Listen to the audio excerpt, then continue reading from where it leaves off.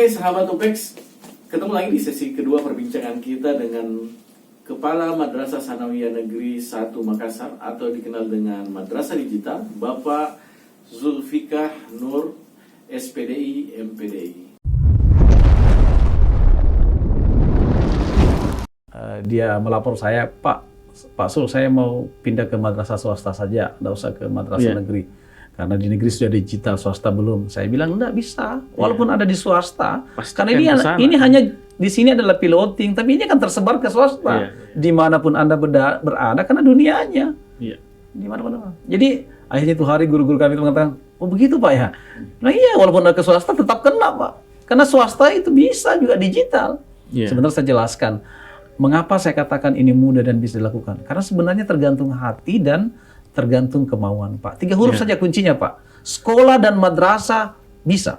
Yang penting 3 huruf, mau, Pak. M-A-U. M-A-U. Itu saja. Kalau ada kemauan, Pak, pasti ada jalan. Nah, terus terkait dengan anggaran. Banyak orang berpikir, bagaimana Pak anggarannya? Dikatakan digital kan mahal. Iya, harus ada fasilitasnya. Fasilitasnya. Terus dari mana sumber anggarannya? Ya itu. Manajemen kepala madrasah, manajemen kepala sekolah, baik di Kemendikbud maupun di Kementerian Agama. Jadi kami lakukan gini Pak. Kalau terkait dengan secara digital, itu kan kalau anak-anak kan sekarang kan mana ada anak-anak yang tidak punya Android Pak? Betul. Pada umumnya Pak. Apalagi semenjak 2019 ini harus belajar pakai. Anak-anak sekarang itu kalau dikatakan teknologi, dia sudah cakep digital Pak.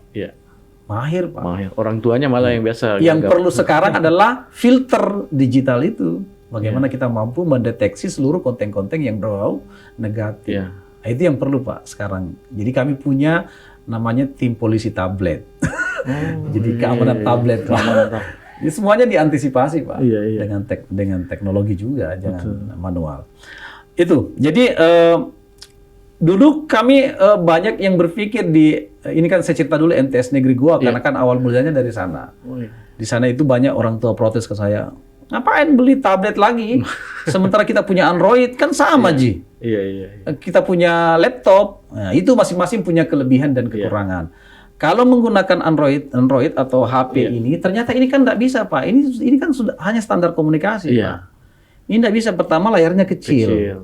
Sementara kalau ada LKPD Pak, itu kan harus besar layarnya. Jadi sebenarnya dalam dunia kesehatan nggak boleh. Tapi kalau tidak ada, apa boleh buat?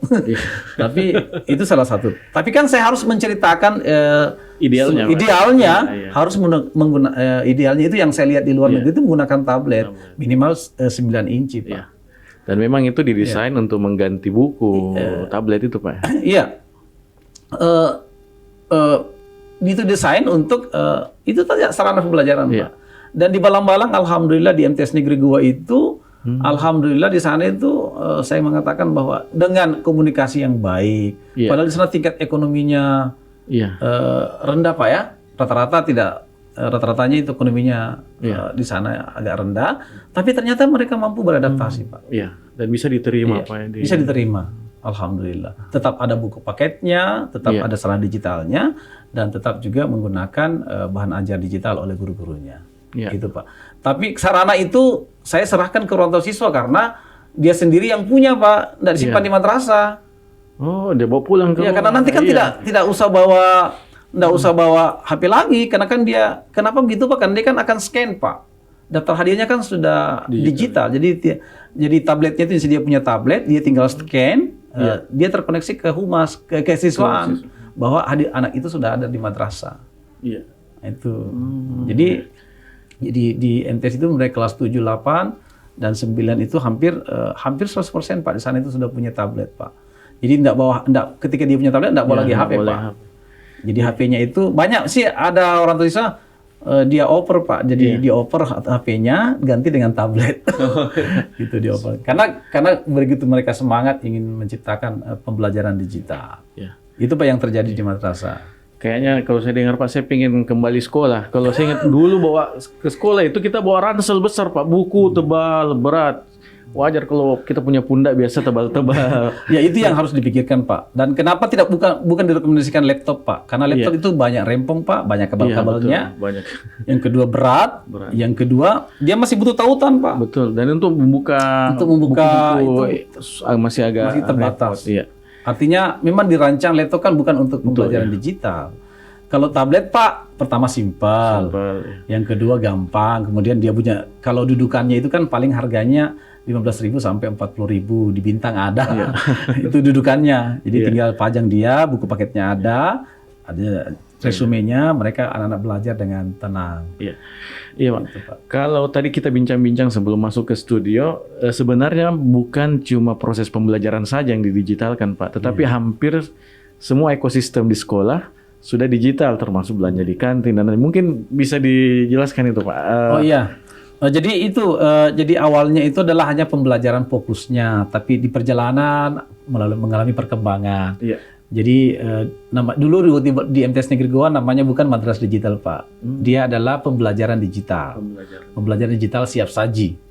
Jadi pembelajaran digital murni siap saji. Murni itu buatan sendiri Pak, bukan buatan orang. Kita tidak menduplikasi bahan ajarnya orang. Kita memang buat sendiri. Bukan karena buat sendiri itu artinya aplikasi yang tersedia, kita input seluruh bahan-bahan digital dari buku paket. Itu saja Pak. Jadi memang murni terintegrasi siap saji. Itu di MTS. Nah, sepanjang perjalanan kami melakukan pengembangan, madrasah digital. Madrasah digital itu apa? Seluruh layanannya digital, yaitu.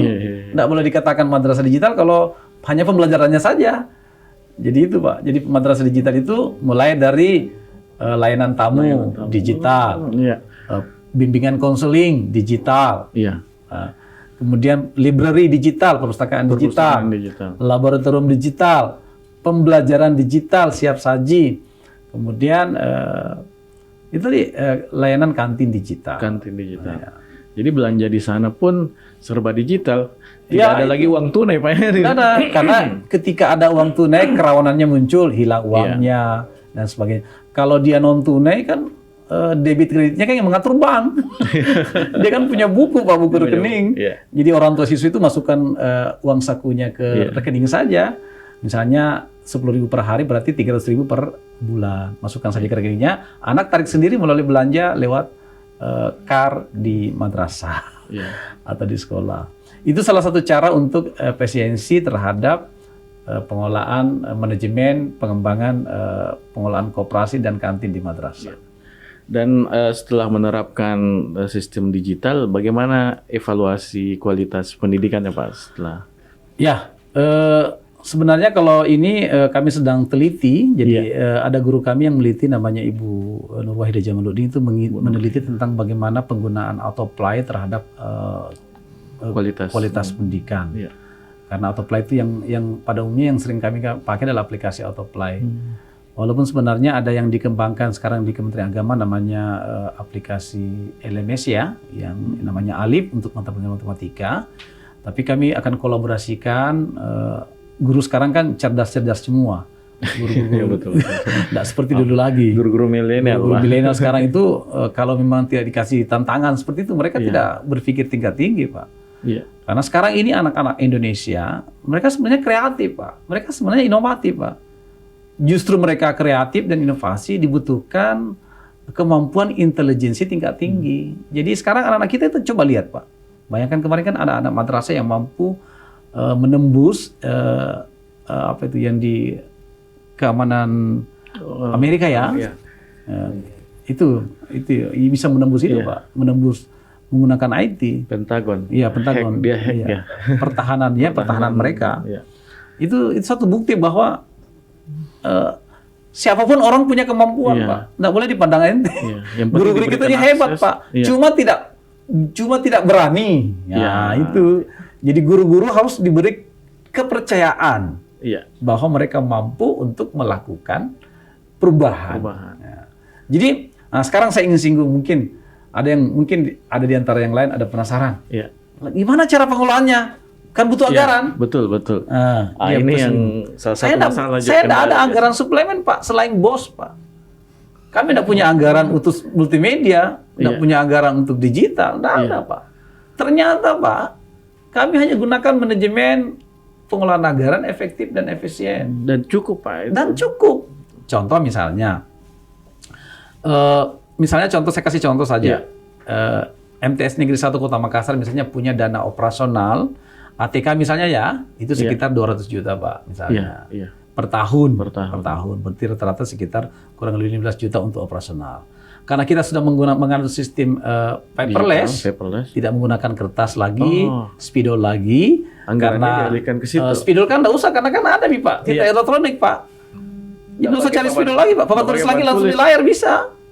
Jadi nggak usah lagi cari papan tulis. Bagi guru kreatif dan inovatif nggak usah cari papan tulis, nggak usah cari spidol. Sudah ada layar. Karena bahkan di sini saja bisa Pak. Menggunakan Upper Mirror, saya nulis di sini kelihatan di layar Pak. Jadi nanti itu LCD Pak, jadul Pak, zaman dulu Pak, akan sama nasibnya dengan HP kemarin, overhead projector, akan sama nasibnya. Karena kalau menggunakan multimedia kayak layar televisi ini, ditempel di touchscreen Pak, ada nampak ditempel di pinggirnya Pak nanti, ditempel di pinggirnya, itu layar sentuh Pak. Jadi kita biar di mana saja keliling pakai HP bisa koneksi Pak, nggak usah pakai kabel Pak. Iya. Terus pakai kabel-kabel. Jadi guru tidak setengah mati berdiri menulis. Mau kemana mereka bisa. Iya.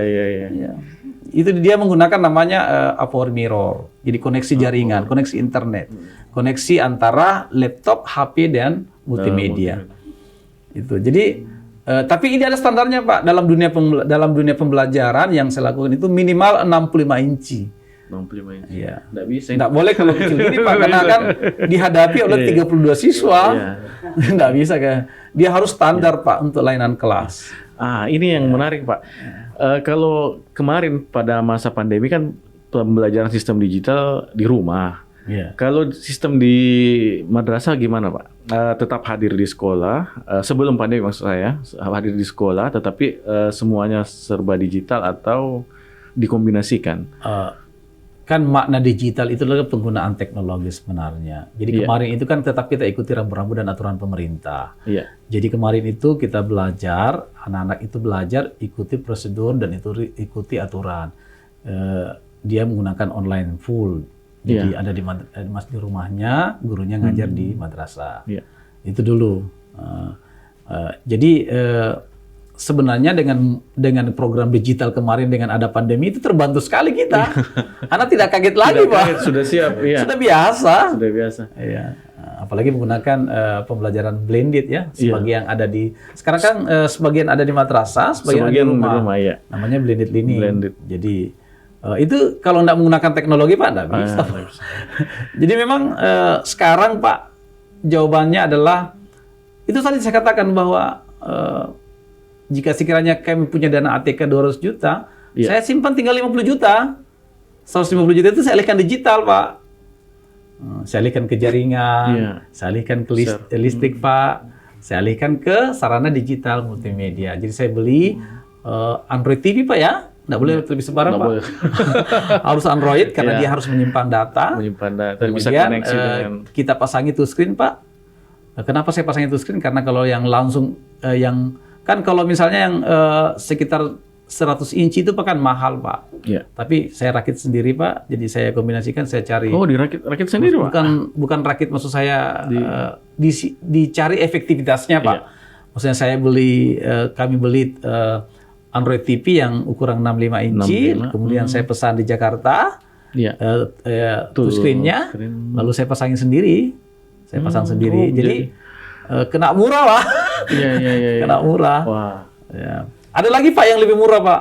Menggunakan LCD, Pak. Menggunakan LCD dia. Dia gunakan webcam, kemudian kamera, kemudian dia pasangi touchscreen, Pak, pinggirnya papan tulisnya. Jadi jadi layar sentuh juga di atas, Pak. Padahal LCD. Padahal LCD. Tapi kan di situ kelemahannya dia karena cahayanya tidak tajam. Artinya masih buram-buram. Tapi kalau langsung multimedia, Pak, seperti luar negeri, Pak, keren. Luar biasa, Pak, ini keren, inovasinya, Pak.